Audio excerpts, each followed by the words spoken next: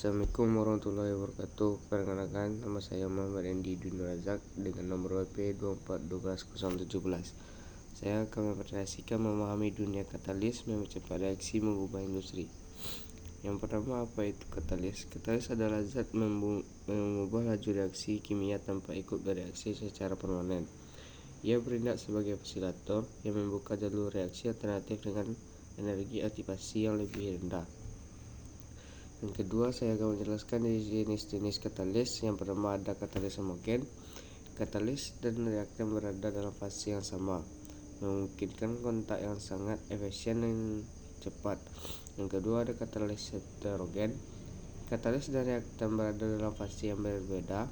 Misalnya ada katalis padat dalam reaktan cair atau gas dengan reaksi terjadi di permukaan katalis. Yang ketiga ada katalis enzim. Katalis biologis yang sangat spesifik diproduksi oleh organisasi hidup dan mempercepat reaksi biokimia dalam kondisi ringan. Selanjutnya ada mekanisme kerja katalis. Katalis homogen terbentuk senyawa intermediate antara katalis dan salah satu reaktan. Kemudian bereaksi dengan reaktan lain untuk membentuk produksi dan katalis diregenerasi. Yang kedua ada katalis heterogen. Reaktan berdifusi ke permukaan katalis dan serap bereaksi di permukaan, produk terlepas dan berdifusi dari permukaan. Yang ketiga ada katalis enzim. Mekanisme kunci dan gembok atau induksi pas di mana substrat berikatan dengan situs aktif enzim dengan bentuk kompleks enzim, terjadi reaksi dan produk dilepaskan. Selanjutnya saya akan membahas keunggulan dan kelemahan memilih katalis yang tepat. Yang pertama ada homogen. Keunggulannya selektivitas tinggi, kondisi reaksi ringan. Kelemahannya sulit dipisahkan dari produk dan stabilitas terbatas. Yang kedua heterogen. Keunggulannya mudah dipisahkan, stabilitas termal tinggi. Kelemahannya aktivitas lebih rendah, situs aktif terbatas. Yang ketiga enzim. Spesifisitas dan efisiensi sangat tinggi, kondisi reaksi sangat ringan. Kelemahannya sangat sensitif terhadap kondisi lingkungan. Yang selanjutnya biaya produksi tinggi. Baik, selanjutnya aplikasi katalis dalam oleokimia dan bioenergi. Oleokimia yang pertama ada katalis homogen, transesterifikasi minyak untuk biodiesel seperti KOA, NOH dalam metanol. Yang kedua ada katalis heterogen, hidrogenasi minyak nabati untuk margarin, esterifikasi asam lemak untuk biolubrikan. Yang ketiga ada katalis enzim, lipase untuk hidrolisis minyak menjadi asam lemak dan gliserol. Selanjutnya bioenergi, katalis heterogen konversi biomasa menjadi bahan bakar. Selanjutnya katalis enzim, seluse untuk hidrolisis selulosa menjadi gula fermentable untuk bioetanol. Selanjutnya saya akan membahas mendukung kinerja katalis. Support katalis, bahan inert yang berfungsi sebagai penopang fisik untuk katalis aktif. Support meningkatkan luas permukaan katalis, stabilitas termal, dan dispersi fase aktif. Yang kedua ada promotor katalis, zat yang ditambahkan dalam jumlah kecil untuk meningkatkan aktivitas, selektivitas, atau umur katalis. Promotor tidak bertindak sebagai katalis utama tetapi memodifikasi sifat massa aktif. Selanjutnya saya akan membahas contoh katalis dalam berbagai fase. Yang pertama ada katalis padat. Platinum dan palladium pada karbon aktif untuk hidrogenasi, pada aluminium untuk produksi metana, zeolit untuk proses cracking. Yang kedua ada katalis cair, asam sulfat untuk esterifikasi, klorida logam transisi misalnya untuk reaksi metatesis olefin. Yang ketiga ada katalis enzim dipasai untuk hidrolisis lemak.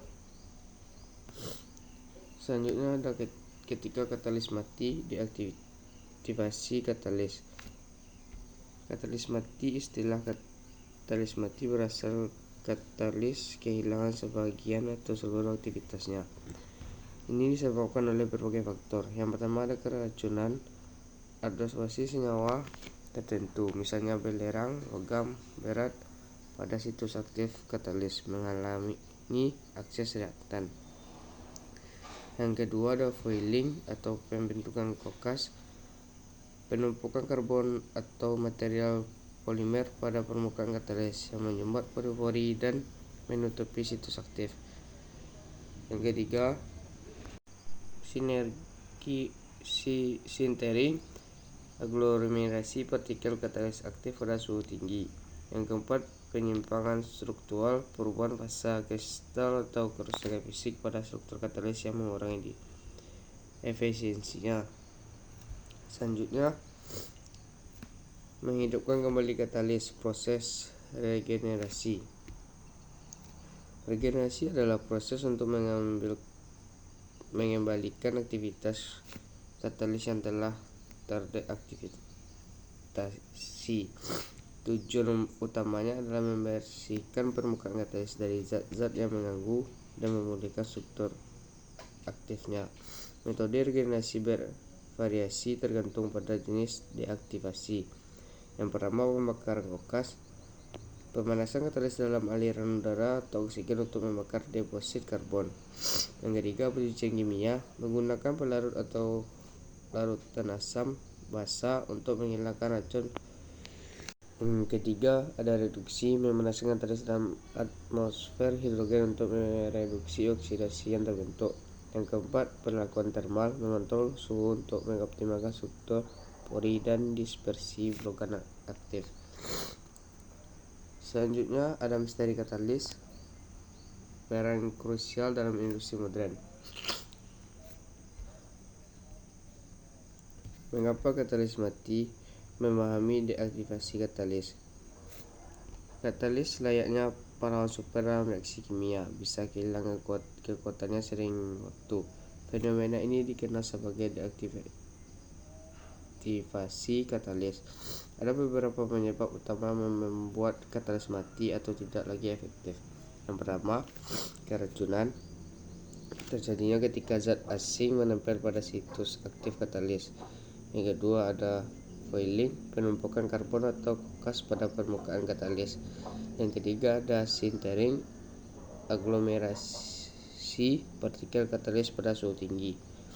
Yang keempat, pecahnya struktur, kerusakan fisik pada katalis pada akibat gesekan atau tekanan. Yang kelima, transformasi fase, berubah struktur kristal katalis yang mengurangi atau menghilangkan aktivitasnya. Selanjutnya, sifat vital katalis dan faktor pengaruhnya aktivitas.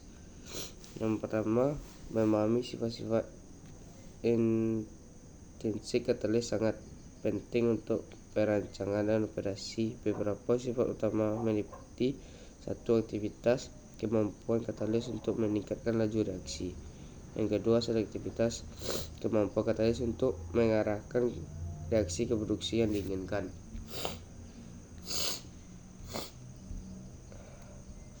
Selanjutnya, aplikasi katalis dalam industri, eleokimia, bioenergi, dan biogas.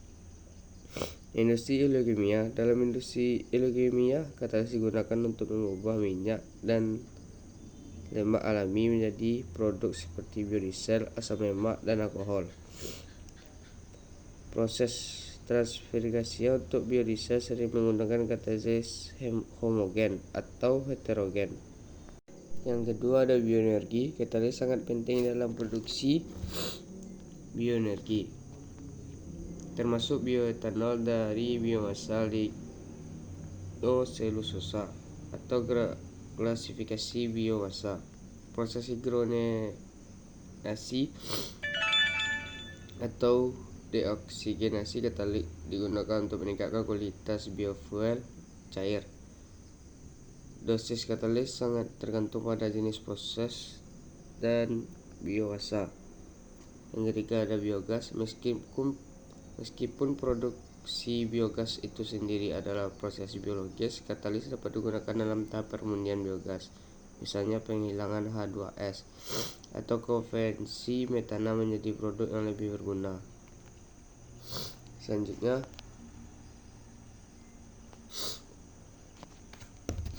mengukur keberhasilan definisi dan pengujian kinerja katalis. Kinerja katalis adalah tolak ukur efektivitasnya dalam suatu reaksi.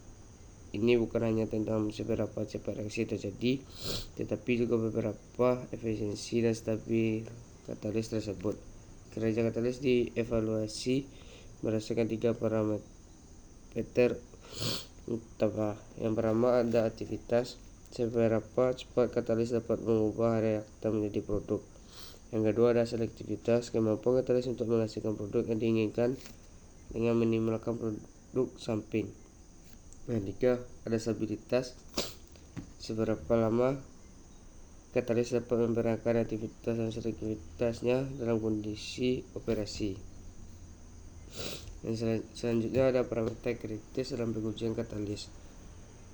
Ketika menguji katalis ada beberapa parameter kunci yang harus diukur dan diperhatikan untuk mendapatkan gambaran lengkap tentang fungsionalitas dan efisiensinya. Yang pertama ada konversi, presentasi reaktan yang berubah menjadi produk. Ini adalah indikator utama sebagai efektif katalis dalam mendorong reaksi. Yang kedua ada selektivitas produk, proporsi produk yang diinginkan dibandingkan dengan produk samping. Katalis yang akan memiliki selektivitas tinggi terhadap produk target. Yang kedua ada laju reaksi, kecepatan terjadi reaksi per unit waktu. Katalis dirancang untuk meningkatkan laju ini secara signifikan. Yang keempat ada stabilitas jangka panjang, daya tahan katalis terhadap reaktivitas selama operasi berkelanjutan, penting untuk aplikasi industri. Yang kelima ada regenerasi, kemampuan katalis untuk mengembalikan aktivitasnya setelah mengalami deaktivasi, biasanya melalui proses seperti pembakaran kulkas. Selanjutnya mengenal lebih dalam karakterisasi katalis. Karakterisasi katalis adalah serangkaian teknik analisis yang digunakan untuk memahami sifat fisiko-kimia dan struktur katalis. Tujuannya adalah untuk menghubungkan struktur dan komposisi katalis dengan perilaku katalitiknya.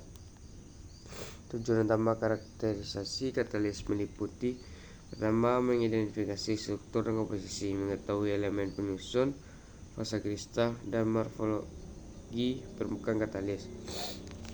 Yang kedua ada menentukan luas permukaan dan porositas, mengukur luas permukaan spesifik, volume pori, dan distribusi ukuran pori yang vital untuk akses reaktan. Yang ketiga, mengkarakterisasi situs aktif, mengidentifikasi jumlah jenis dan kekuatan situs aktif yang bertanggung jawab atas reaksi. Yang keempat, memahami mekanisme deaktivasi, menganalisis perubahan pada katalis setelah digunakan untuk mengidentifikasi penyebab kematian katalis. Yang kelima, mengoptimalkan desain katalis. Informasi dari karakterisasi digunakan untuk merancang katalis baru atau modifikasi yang sudah ada agar lebih efisiensi. Selanjutnya, kapan karakterisasi katalis dilakukan? Yang pertama, setelah sintesis, sebelum digunakan. Untuk memastikan katalis yang baru disintesis memiliki sifat yang diinginkan sesuai desain. Yang kedua, setelah perlakuan awal. Banyak katalis melakukan perlakuan aktivasi, misalnya reduksi, sebelum digunakan. Karakterisasi memastikan perlakuan ini berhasil menciptakan situs aktif yang optimal. Yang ketiga, setelah pengujian kinerja. Setelah katalis digunakan dalam reaksi, karakterisasi dilakukan untuk melihat perubahan fisiko-kimia yang mungkin terjadi seperti penumpukan kulkas. Yang keempat, setelah regenerasi, jika ada, Jika katalis direagasi, karakterisasi dilakukan untuk memverifikasi apakah situs aktif telah pulih dan degresi struktural katalis masih terjaga. Selanjutnya, perbandingan katalis sebelum dan sesudah penggunaan. Menganalisa perubahan karakteristik katalis sebelum dan sesudah menggunakan wawasan krusial tentang mekanisme deaktivasi dan stabilitas. Yang pertama ada katalis segar sebelum digunakan. Yang kedua ada gambar katalis bekas sesudah digunakan. Faktor-faktor penentu kinerja katalis padat, cair, dan enzim. Katalis padat heterogen. Yang pertama balas permukaan dan porositas. Yang kedua distribusi ukuran partikel. Yang ketiga kekuatan situs aktif. Selanjutnya katalis cair atau homogen. Kelarutan dalam pelarut reaksi, stabilitas kompleks katalis, kemudahan pemisahan dari produk. Yang ketiga enzim, suhu dan pH optimal, spesifisitas substrat yang tinggi, ketahanan terhadap denaturasi. Sekian dari presentasi saya. Jika ada salah mohon dimaafkan. Wassalamualaikum warahmatullahi wabarakatuh.